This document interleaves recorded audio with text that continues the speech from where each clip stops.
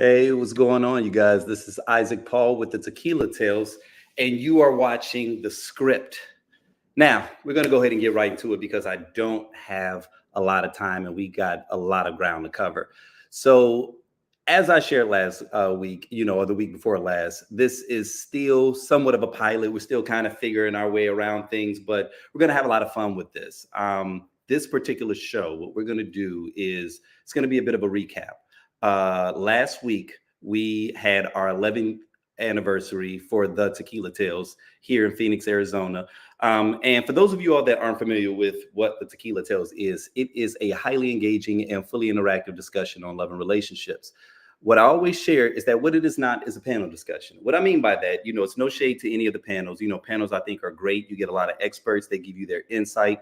But essentially what the Tequila Tales is, our motto is with love, we all have a story to share. And so with that, what we attempt to do is to get the stories from individuals that attend the event, real live, everyday people. And, over these past 11 years, the conversations have been incredible. We've had a lot of amazing moments. And it's really just been a blessing to have had the opportunity to be a part of something that, has really had a lot of impact, not only in my personal lives, but in the lives of the individuals that attend the show. And so, with our 11th anniversary, what we always do is we always have somewhat of like a best of. Okay. So after COVID, COVID changed everything for everyone. During that period, we ended up going virtual. We took the virtual route for probably about 6 or 7 shows. And, we had some incredible conversations, but I think there was a point where we just kind of hit a wall, right? Because one of the things that's been always special about the show is the live interaction. There's something about gathering individuals in a room and getting them an opportunity to kind of share their thoughts and their feelings about things. Like it's an entire vibe, right? And so while we did pivot and we went to the virtual space for a little bit, I think it just got to a space where it didn't feel the same and we needed to reboot. So, after we all kind of went through that pandemic space, we decided to relaunch in it was last year in February is when we relaunched. So, from that point, and then also being in a different city, it's carried a lot of different energy, and it's been a lot of fun.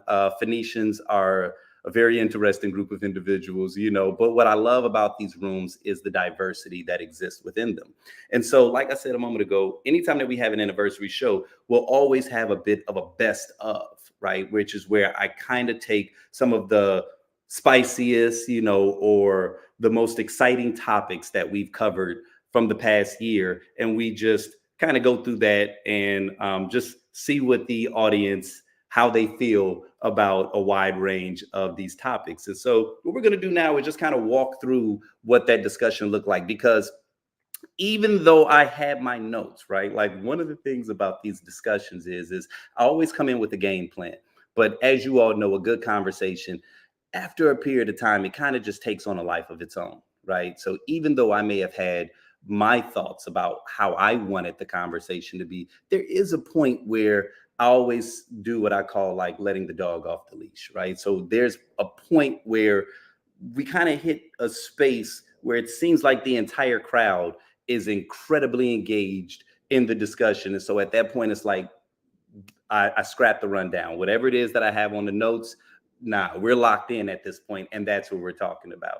And so you'll kind of see exactly when that moment occurs, because I'm going to kind of walk through some of these clips, right? So just kind of bear with me as we kind of work through this, but we're going to start with the first clip. So the first clip, and what we were talking about in this particular one was the first show that we had last year was in January of 2023 in Chicago at the Promontory.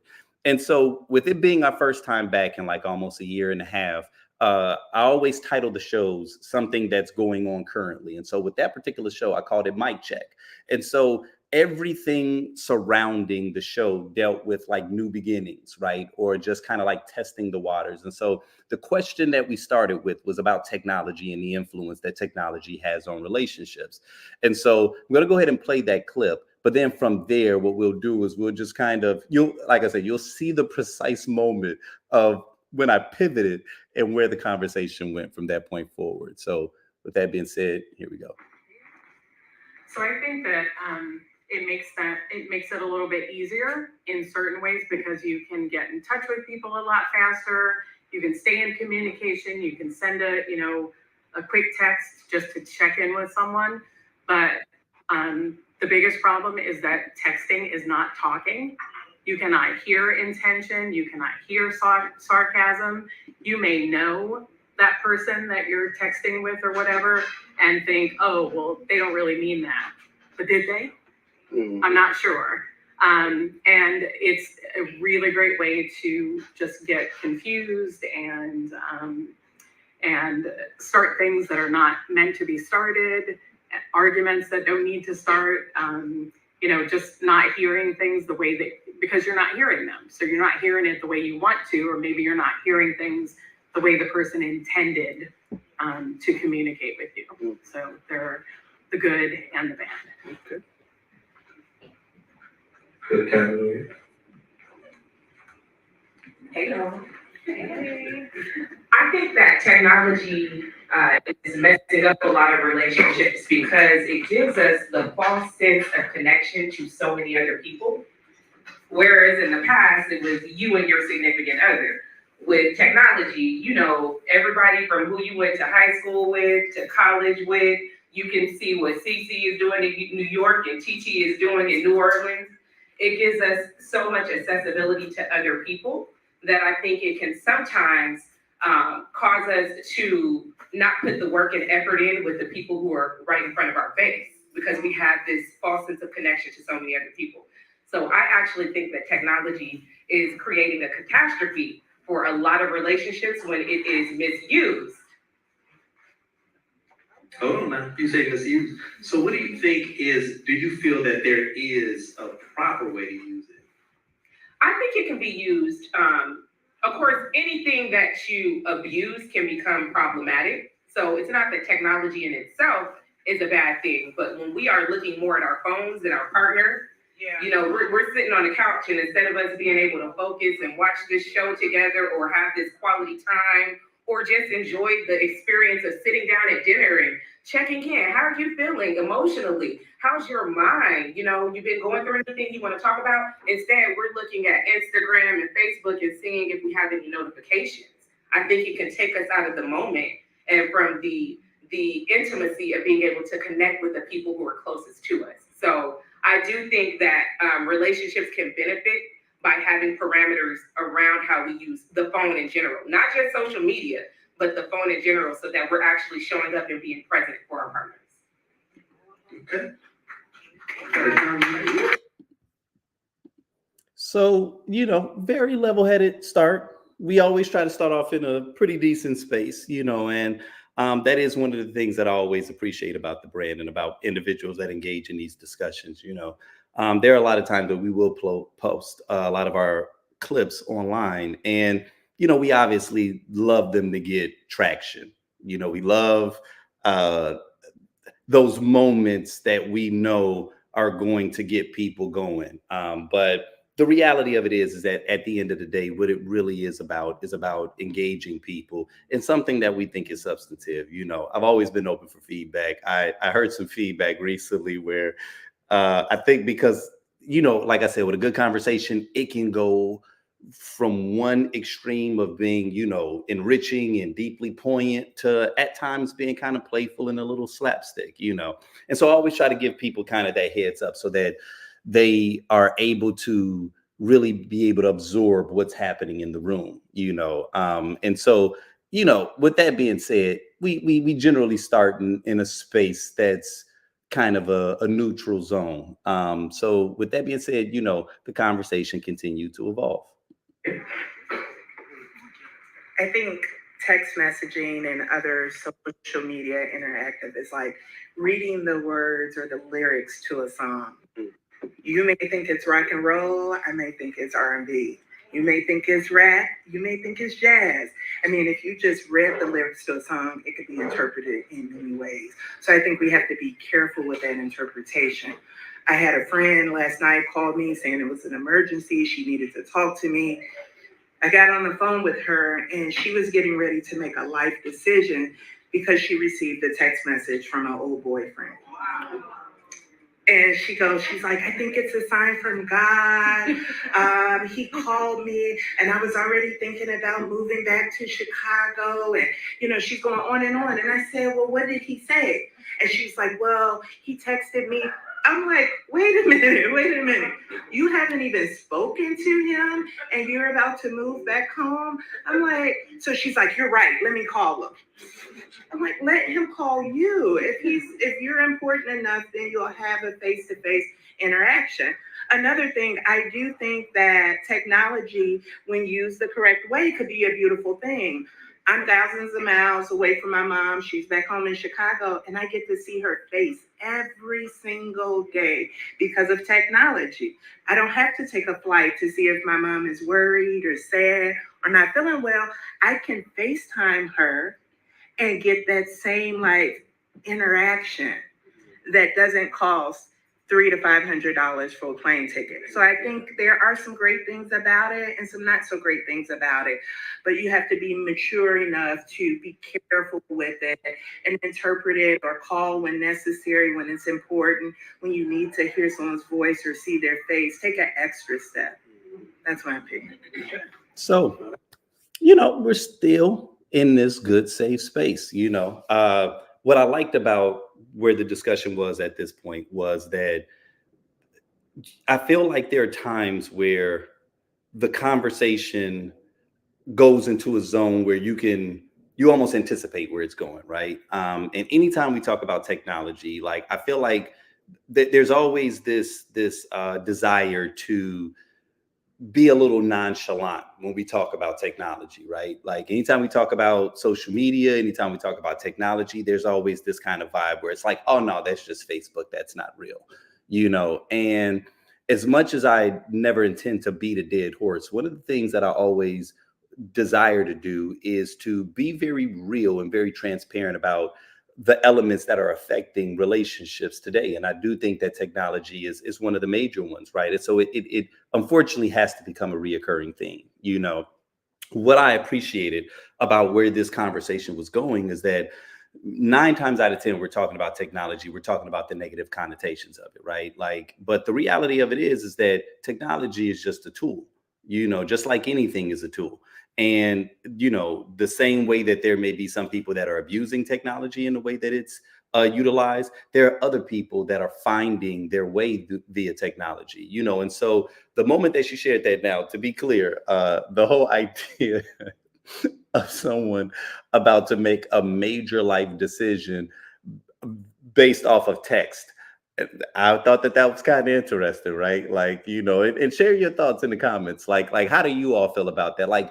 What role does technology play for you as it relates to not only courtship, but then even the maintenance of your relationship? Do you feel like it's something that inhibits your relationship, or do you see it as kind of like a bridge? On a personal note, it's actually been rather beneficial to me for several years. I was in a long distance relationship. And so without technology, operating as a bridge, it would have been very difficult to be able to maintain the kind of closeness that we did, but I know a lot of times when we think about technology, we're thinking about Tinder, right? Or just people that are attempting to go through high volume. And so I appreciated the fact that in the early stages, we had some individuals that were sharing some success stories.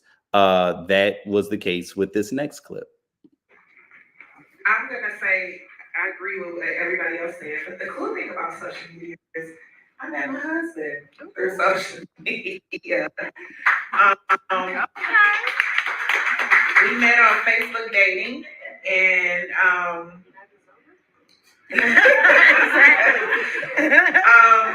but we quickly, the thing about it is that when you know someone's serious, you can't stay texting someone on Facebook dating or on a dating site and never talk.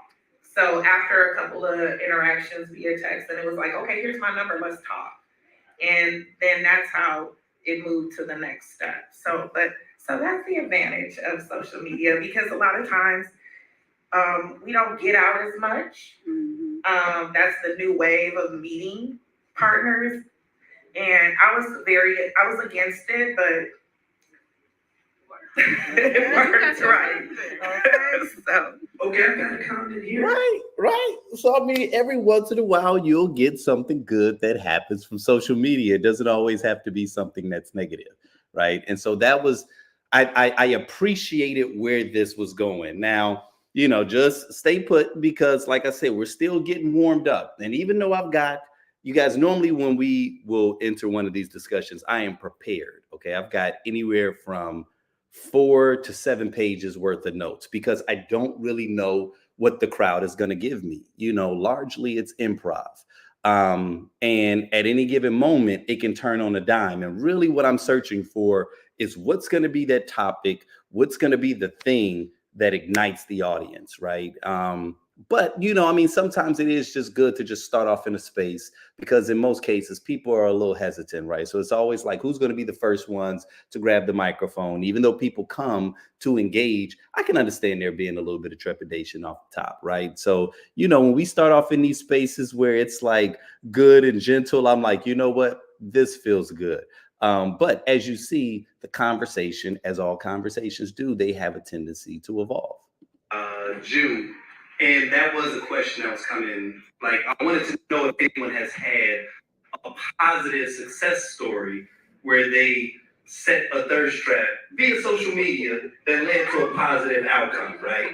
So, we'll go ahead and bridge this now. I won't say that you would set a thirst trap, but just saying that, a lot of times I feel like anytime the conversation of social media comes up, there's always a negative connotation to it, where it's like, it's the devil. But as two people back to back have already, acknowledged, it does yield some value if used properly. And so I'm kind of curious to know if anyone in the room has ever experienced the positive side of meeting someone online and it actually moving into something that's positive as opposed to like, oh no, everybody is just happen online. Like I'm curious to get the positive side of how we can use the internet to meet our significant other. Man, perfect segue. Look, I've been in Arizona for a year and a half, and I've met some absolutely amazing women online. All right, I implore you to go online. Go on a dating site. If you're single and you're sitting in here by yourself and you're going to go home by yourself, go on a dating site. What's the worst thing that can happen? You're going to find somebody that you don't like. You can find somebody you don't like right here. I've met some amazing people, and I'm actually sitting next to an amazing woman right now. And if it don't be for whatever site we met on, I wouldn't have met her. And it's not that I'm in love or she in love. Even if we don't develop a relationship, this lady would be my friend for the rest of my life. All right? And that's important to me. And you gotta go on a dating site, look for something, look for friendship. A lot of times when I date women, they looking to make me, can he be my husband after the first date? And instead of looking for your husband after the first date, why don't you look for somebody that you can have fun with? Look for somebody that you can kick it with. Look for somebody that's on the same wavelength that you are. Look for somebody that thinks similar to you. Look for somebody that you can support. Look for somebody that supports you. Look for somebody that you laugh with. If y'all not laughing together, then you can move on. But in so doing, just developing that friendship first. Because whoever the woman is going to be for me, she's going to be my best friend. And that's how relationships start. It starts with friendship. All right? See? Right? Now, I'm going to be honest. In this moment, something occurred. He said something and it triggered something in my mind. And I knew at that moment I was about to deviate, right? But inside of the course of these shows, there's so many different things that's happening. Okay. Like I told you a moment ago, I got pages worth of notes that I'm scanning through.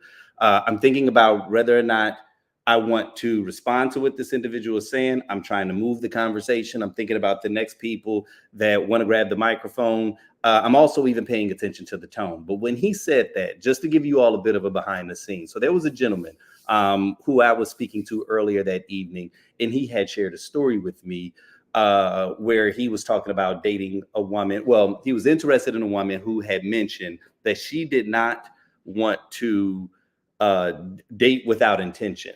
And so I had my thoughts on that because, and I won't share all of it right now because I shared that in a moment. But when he said that and I saw people's kind of feedback, I said, oh, wow.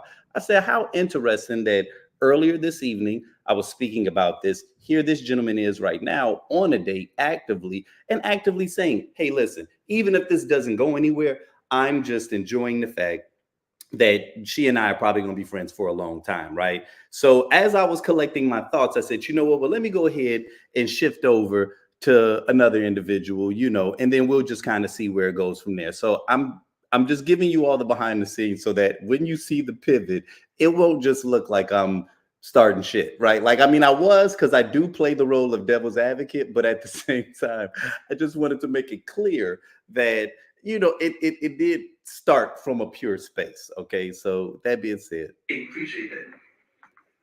I feel like technology, like you said, like it has to be used the right way, right? Like, obviously, like we live in the U.S., we have freedom of speech, but that doesn't mean like we can say whatever we feel like saying, right?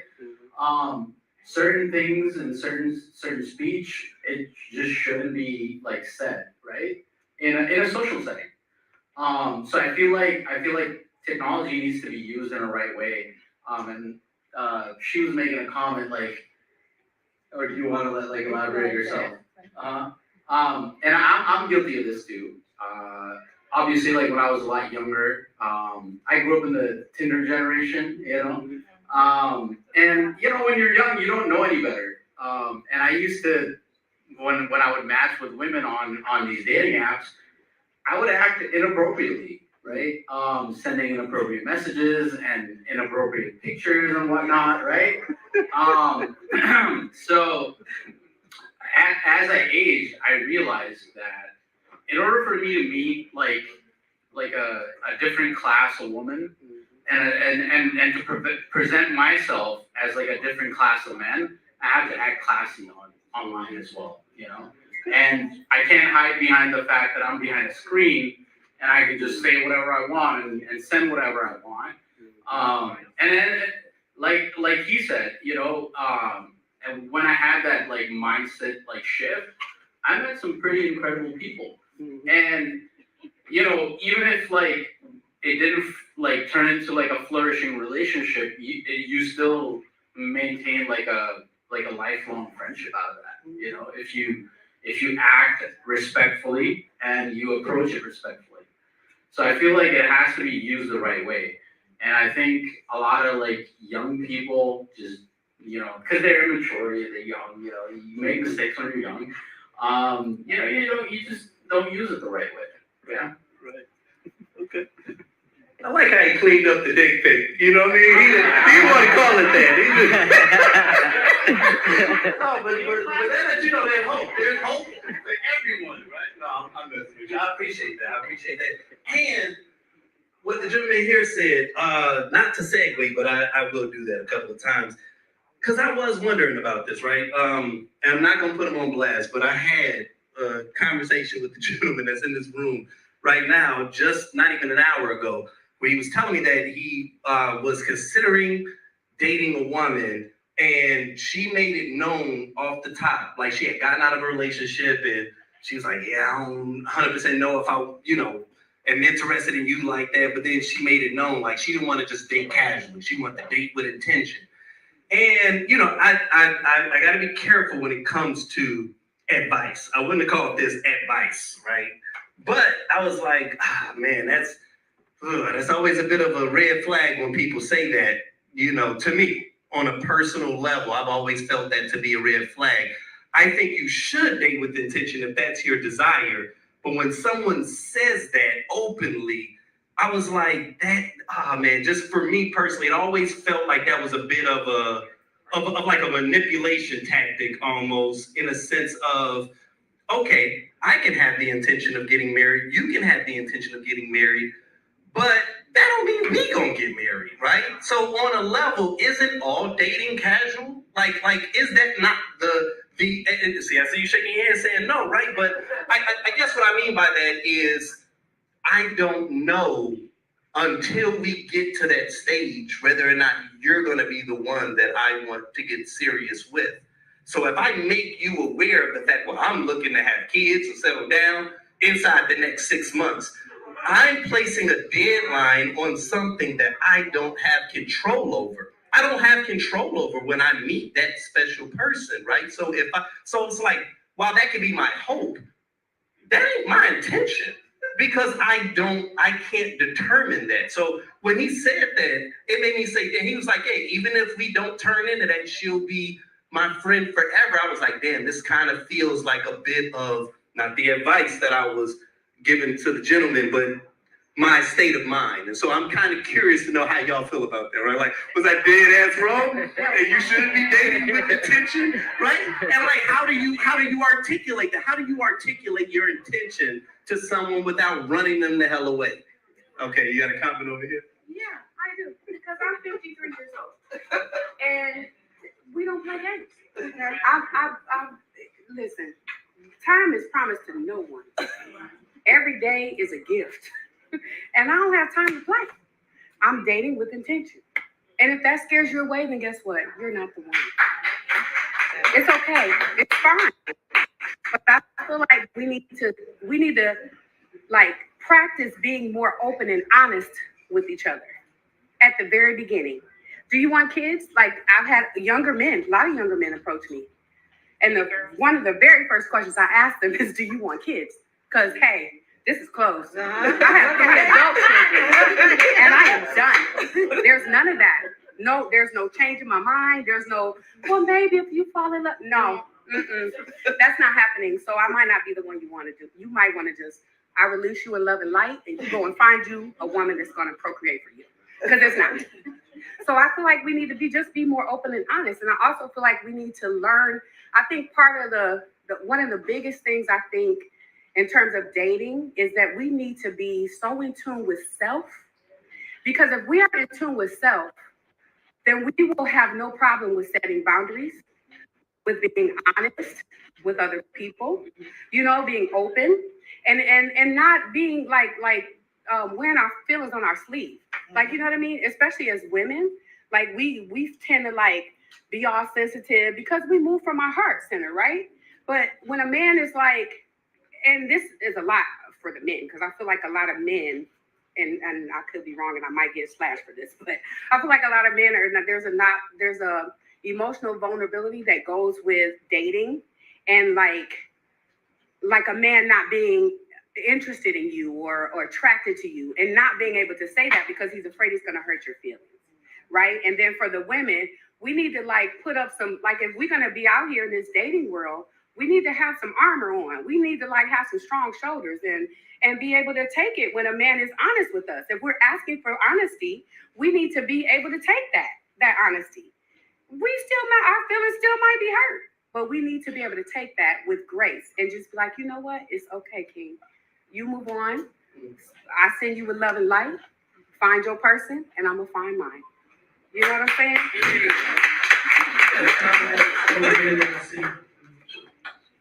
Pretty much, yeah. I was gonna say, you just pretty much said everything that I wanted to say. It's like, if I'm gonna date with intention, is I'm stepping in this place and giving you permission to, I'm letting you know what I want and what you want. And if it's not gonna work out, why are we wasting 6 months? Why are we wasting a year and entangling me or entangling each other in feelings and whatever that comes with relationship, friends, family, and we know at the end of the road, we are not meant for each other. So we might as well, let me tell you what I want. And if it works out, then we can build that step. Let's build that. Yeah, I want the same things. I want kids. I don't want kids. This is my religion. This is not what my religion is. Then let's move on from there if we come across and we agree with each other. So I've got some comments over here, but I guess, okay, should the intention be assumed on some level? It should not be assumed. I see you on the dating site. You see me on the dating site. We know what it is, right? But when we're old, I say, you are hit me with daggers right now. I guess what I'm getting at is, like, ultimately what we are attempting to create is chemistry.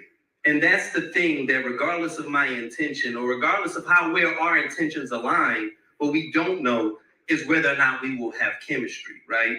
And so I guess that's what I'm trying to figure out, is if you come in super strong, even though, because the thing is, and I'm not going to speak for all men, but the way that we move is if we recognize your value, then yeah, we're not going to let you go. We're going to go there. We're going to go wherever it is that you go. We're not going to let you go.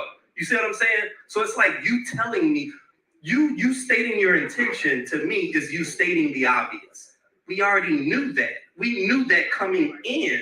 But what we're attempting to do is figure out, do I like you? Where does like come into play when the intention conversation is broached? And how early should it be? So, I mean, am I in a fair space, right? I mean, do you think was I grasping for straws at that point, is I guess what I'm getting at, right? And obviously, like I said, you see exactly where the pivot occurred, because anytime that we get into this space about dating with intention, it's always been fascinating to me. And again, not the idea of dating with intention, not that a person should not be dating with intention, but the idea of stating it openly inside of those initial phases, right? Like one of the things that I state, unfortunately, we won't have enough time to be able to walk you all through the entire discussion. But, one of the things that I shared at a later point in the discussion was when you're interviewing with an organization, right? They know why you're there. They know why you're there. Do you really have to say, well, because I want to check? I'm here because I'm trying to get paid, right? You're supposed to go in and you're literally supposed to talk about everything else except for what the salary is, right? Like that's supposed to be something that's covered during the phase of once they actually want to bring you on. So why is it that it makes sense when we're doing it for corporate America, but then when we're doing it on a date, it's like, oh no, you need to walk in and bare your entire soul off the top. You know what I mean? And again, right? Like, see, it's easy for me to say it now because I don't have an audience of people that are like going back and forth with me. But that was ultimately what my point was on a level, we all understand what the intention is of dating. Like, regardless of whether or not people want to admit it, I kind of feel like everybody's intention is on finding the one, right? And until you find the one, yeah, you're going to try to have some fun while you're doing it. But while that may be your intention, is to find the love of your life, like you meeting a woman and her putting the clamps on, or ladies, if you meet a man and he's telling you, I'm trying to have kids like ASAP, there ain't gonna be a little bit of a red flag that's gonna raise up. You know what I'm saying? Like, you're not gonna think at all like, now that's one thing if he looks like, I don't know, Boris Kojo or Idris Elba or something, then yeah, that might be exactly what it is that you want to hear. But while you're trying to feel things out, we're all searching for red flags. And one of those red flags, to me at least, is if a person has the capacity to operate in a space that allows this relationship to progress in what at least feels like an organic manner. You know what I mean? Yeah, like, and that's primarily all it is. It's not saying that you should just run out and be, 6-7 months before you all even define what it is, or a couple of years in the game and you don't have a title. But I'm saying, if we go out first date and you telling me all of this intention stuff, it's just always felt like a bit like that might be a little bit of a red flag. But clearly the room felt differently, right? So the conversation evolved. So on whether or not it should be assumed, like we saw each other's pictures. Like at a certain point, like you liked my picture, I liked your picture. We're both under the agreement that at some point, maybe if I play my cards right, you're willing to see me naked. But going beyond that point, as far as like dating with intention, like I didn't get married until I was 43. So I spent 20 years not dating with intention. And it wasn't up until I just drew a hard line on the things that I was and wasn't willing to accept, and the things that I wasn't willing to bring into like my family and my social circle and the people that I built my core life around, and the people I wasn't going to allow access to, that I was really able to say, you know what, this is a must have for me. This is something that I absolutely can't move the line on. And it wasn't until then that I was actually able to go on a first date, second date, third date, and say, you know what, no, yes, no, no, and just sort of go down.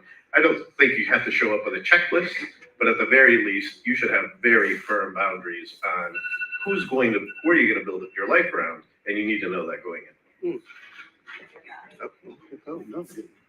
I had a checklist, and it's not so much as a physical list, although that is something I worked on during the pandemic, and it eliminated a lot of the fluff or the non sequitur. And yes, we both go in with intentions. I like you, I like me, but you cannot BS chemistry if your intentions do not align with mine, which I will be very transparent with. It's not possible. Because my path is my path, I'm going to be very clear about that. If you have not stepped in those steps, I will know it. You are going to not be sure-footed.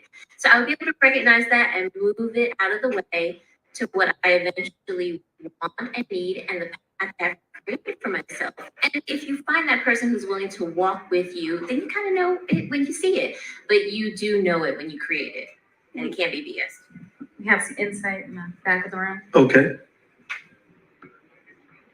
I am apologizing in advance if this statement is 2 or 3. It's not bad. Man, say it, bro. It's not bad. Say it. I want to circle back to the social media aspect of it, and good and bad. I am an actual testimony that it is definitely good, and the way I used it at the beginning, I didn't see the seriousness in how I used it, and then you get a little older, and then you realize, you got to be a little firm with what you're looking for. So all that to say, the dating sites, from Milwaukee, I've been out here a year and a half, and that's all I've done because of the convenience of it. With business and situations with the kids, that's the easiest thing for me is the dating site. A place like this, I would never be found in. I'm not hip like that, so it would take a lot to get me here. If it wasn't for her, I would not be in a place like this.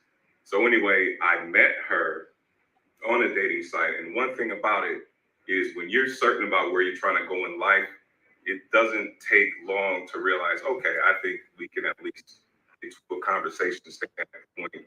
And it can be immediate, and you can take that chance. And you just go on. And fortunately, she can tell her side of it. But that's kind of what we did right away. All right, I'm going to spend my time with this person. I'm making a commitment right now, but I know for certain I'm going to sink or swim with this woman right here. And if it crashes, it crashes and on to the next one. I don't want the fluff. I don't want all the noise. So all that to say this, we stuck in it. It's been literally a year. And our first outing was actually the first time we were here last year, back in February. And I sat right there with the gentleman upstairs. I sat right there and I was terrified. I was scared to death. She was tapping me like, yo, you gonna turn around? I did not move because like I said, I've never been in anything like this before and I was freaking out. And so we had the biggest argument on the way home because she's like, you abandoned me. And I was like, I was freaking terrified. So you gotta bear with me. But anyway, I wanted to kind of mention that, I didn't want to overlook her because she felt like it would be good to share this as a success story. And in all actuality, it is a success story because we've been married since November now.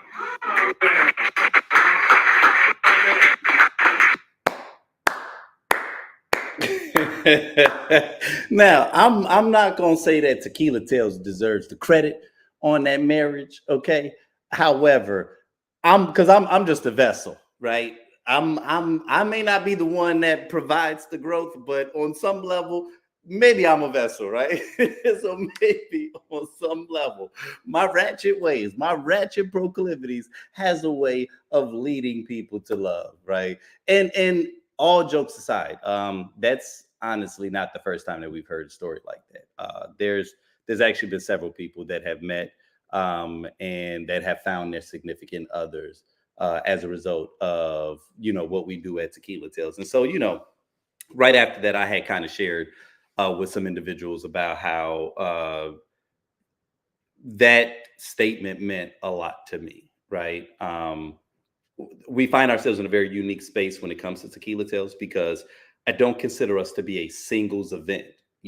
However, a lot of times individuals who are coming to events like this are searching for solutions, right? They're searching for some type of feedback or some type of like clues, right? Clues, not always necessarily looking for their significant other, but the reason that they find themselves attracted to this type of content is because they are in a space where they are looking for solutions, right? And in most cases, those solutions deal with loving relationships or finding whoever their person is. And so to know that in some cases, we have the ability to be a conduit, that's always been very special to me, right? Because at the foundation, what we are is all about authentic and genuine communication. I say it all the time, man. Like we are in a very, very weird space nowadays, right? One of the topics that I was going to touch on, and we will touch on it in future episodes, but like, man, this AI revolution, right? And I'm not the, gloom doom type of individual when it comes to AI, but it really is in a space where alternate or artificial reality is getting to a space where it's surpassing actual reality, right? And that places many of us that desire the real thing in a bit of a perilous state, right?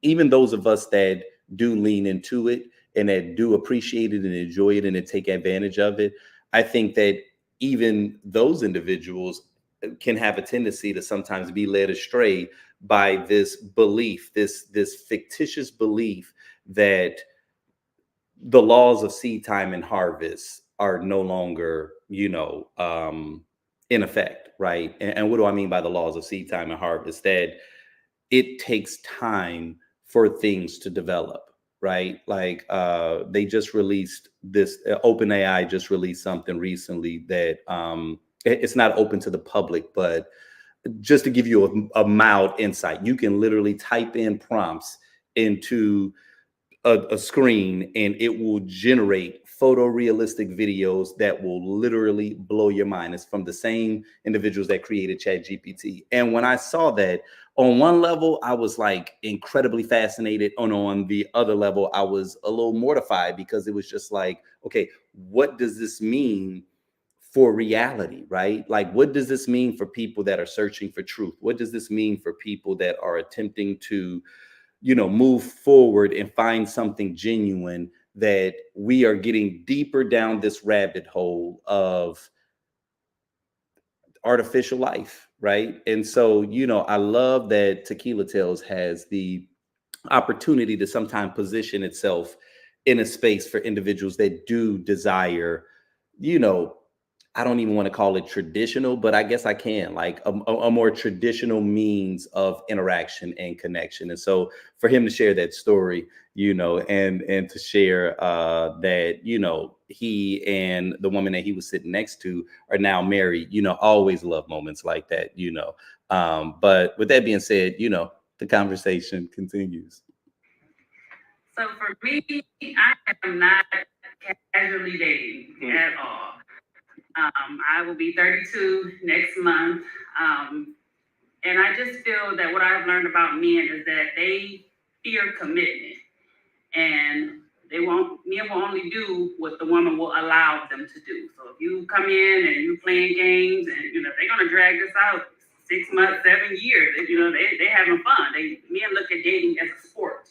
And I'm not playing this game. I've been there, done that, casually having fun. I've done that, and so now I'm coming with a purpose. And so if me coming to you and letting you know that I do, want to be married by, whatever certain age, or this is my goal, if that pushes you away, then that means that you're not the one for me, and that's okay. Like the lady said back there that, if you don't want children, let me know ahead of time. That actually happened to me over the summertime, just let me know that you don't want children, because I don't have children, so I do want children. I don't have to wait 7 months down the line just to find out that you don't want children. We don't have the same vision. So you just wasting my time and your time. So no, I'm not casually dating. I'm dating with a purpose, and I will let it be known. Maybe not the first date, but the second or third day, you will know. That's right. Okay. So I guess I'm the guy that dating with intention is a trigger word for me. It makes me feel like, all right, now you want me in this box, you want me to fit this certain criteria. Thank you, bro. And it's like, we just met.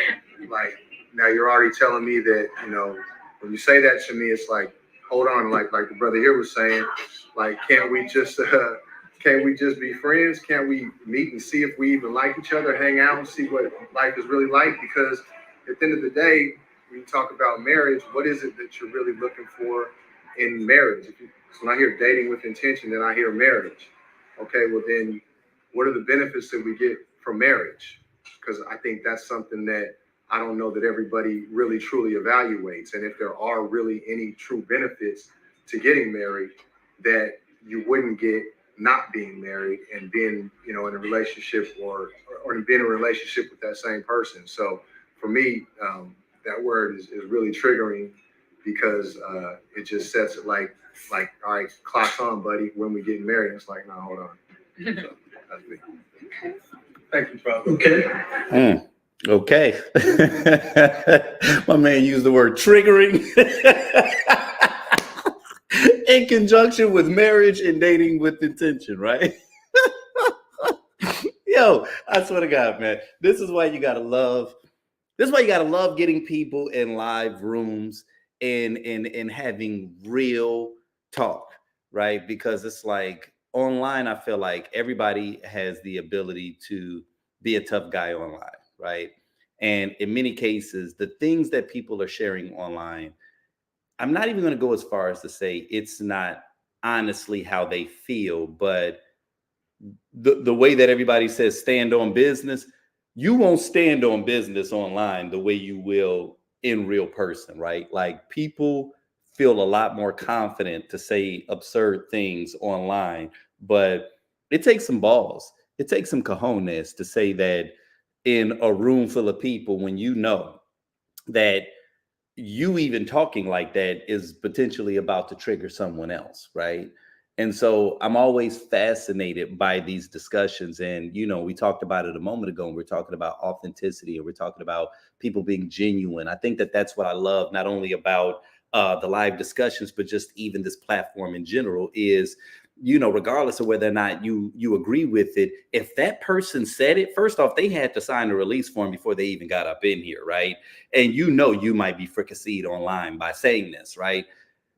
This is about as real as it's going to get. This isn't people that are saying things for shock value. This isn't people that are saying things because they're attempting to elicit a response from you. This is about as close to the foundation as you can possibly get, and like I said, every conversation is going to take a different tone. But what I love about it is that, it's real. It's real. That's probably the best way that I can put it, is that it's real, right? Again, man, I wish I can go through all of these, but I know that our time, is drawing to a close. But I'm gonna see if I can get a couple of more of these in, because again, there was a point that if I could get to, sometimes people start talking crazy. So I don't know if we're gonna get to it, because we got about 10 more minutes left, but we'll see. So with that being said, we'll go ahead and cut to this next clip. I think the problem with most people when it comes to intentional dating is that they don't understand their purpose. That's why I tell my friends in their 20s that you need to stop falling in love with potential. A lot of times they're with men that they build up and then they leave them for someone else because they found a woman that would value them. That's why setting boundaries is so important. And also I will, in my 3 questions I tell my friends to ask, do you have a job? What is your relationship with God? Because if you're a Christian, how can you lead me if you're not hearing from the Father? And 3, how can you add value to my life? And I think a lot of times we just accept the bare minimum. If you're in your 20s and you're doing casual dating, you have to realize the guy that's older, he can date a 21-year-old, even young as 18. So with that being said, our biological clock is at 35 if you want to produce kids. So I think a lot of times that we just have to hold ourselves accountable and realize that the reason why we're at where we're at in life is because we accept the bare minimum. So we can't get upset with how our course of life is going. So be selfish in your 20s and understand your purpose. Once you understand your purpose, everything else will follow. And I want to touch on something where the guy said, marriage scares you as far as intentional. So when you ask your friend, hey, can we have sex? How come that doesn't scare you when it comes to soul ties? But you're willing to lay up with someone and produce these children, and then they become a product of a single parent household. So who are we to blame? So a lot of times we sit there and we say, oh, marriage is too big of a commitment, but it's not, because when you die, I have power over what goes to X, Y, and Z. I don't want to be in your obituary as a friend. So we need to reevaluate our priorities and understand, okay, the reason why you're casually dating and doing X, Y, and Z because you don't know your purpose. So you're screwing around everyone else that you come in line up, and you're looking for that soul tie that you missed out because men marry who they want and women marry who they can. Yeah, and I just want you to know, I ain't get a whole lot of, when you say high five, yeah, I ain't get a whole lot of women high five in this comment right here, okay? So he wasn't getting no one, is all I'm saying, okay?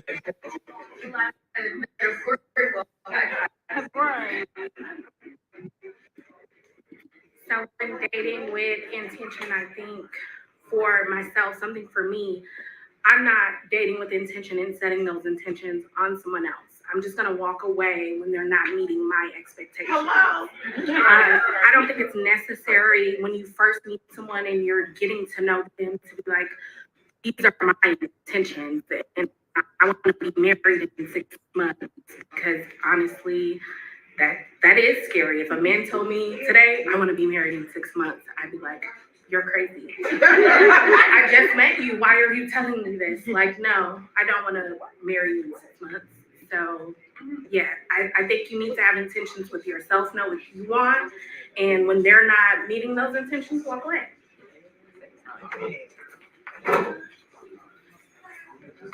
So, my name is Kenyatta, 28, from Gary, Indiana, not Chicago. But y'all real though. Yeah. Starter, I don't think man is afraid for commitment. I think you gotta find that woman will kind of put you in that space that, all right, I'm comfortable. I came out of a long-term relationship, moved out here 5 years ago, was in a long-term relationship, didn't work out. Went through, had fun phase, whatever. Arizona, for one, I guess ain't that many black men. Ain't that many black men that fit y'all height description. Ain't that many black men that fit y'all pocketbook. So when you check all those boxes, you get a magnitude of women that you can go have fun with or whatever. But I met her pretty much the first week I got out here. And it was, all right, she had her checklist or I had my little thing, and it was just, I'm enjoying your space, you enjoying my space. Over time, yeah, you kind of say, all right, kind of what we doing. But if you come off the get-go, all right, you seeing somebody else? Yeah, I'm kind of seeing somebody else. You seeing somebody else? Yeah, but we know kind of what it is. And over time, all right, we off. Damn, you checking the box. You made me my food. You made me my plate. You came over after a long day. You checking on me. Every woman not gonna do that. And starter, looks do matter. A lot of times, if you don't check that box, sorry, sweetheart, you gotta go. You can't talk to me. And I think sometimes a man will be, a woman don't have to have all her stuff in order, but a man will step in that spot and say, I got you. Most of the time, a woman, when y'all get success, I think y'all kind of leave the men out that don't have it in order. And I ain't saying I got my stuff in order. I'm straight. But I think that's a big difference from successful women than successful men. So I'm a shift. But you know, to add some, context, I guess, to the discussion, and just to even inject my own personal opinion, I think that, because to the point of what the brother just made, I don't think that it's about men having fear of commitment. I think it's fear of committing to the wrong person, right? And so the moment that we come out with this quote unquote intention, it does feel sometimes like we lock in before we have an opportunity to assess if you're the one I want to go the distance with. And so I think that that's essentially what I'm attempting to articulate. It's not that we are afraid of what your intentions are. It's that I don't want to journey down this road or this path with you before I know whether or not you're the one that I want to go there with. But the moment that I start placating to this, and then that's your intention, but that's my intention. Regardless of whether or not we acknowledge it, we're both on this path together. And I'm seeing people, like, honest to God, and I'm going to say this, and I probably can't even post this clip. So there are times where certain people don't just quit. Yeah, you know what? Yeah, I had to cut that little part out because there was some stuff that sometimes I say during the live shows that might not always be good to broadcast to the internet, right? And I guess that's just one of the benefits from having an opportunity to be there and to watch it live. But, like I said, I continue to be motivated, right? Like, and inspired by having an opportunity to engage in these type of discussions, and not only having them inside of the space that we have them in, but then also being able to then broadcast it online, and just kind of pull people into people being able to have civil discussions, right? I always joke and I say, you got to stay out of the comment section, because the comment section, man, can really make you question, like, who are we and what are we as a people? Because, when you think about how the algorithm is run, the algorithm, it searches for disharmony, right? It searches for conflict, and that is what actually sells. So, even at times where we may get pushback when it comes to our brand, and it's like, oh man, I hate this conversation. It's like, have you looked at the other clips that we've posted? Because that might just have been the one that got to you because that's what the algorithm wanted you to see. Right. But, again, I appreciate having this opportunity to be able to speak to you individuals, to speak to everybody. I want to thank, blackdoctor.org, for this platform, and having an opportunity to share what it is that we do with all of you, and so that being said, till the next time.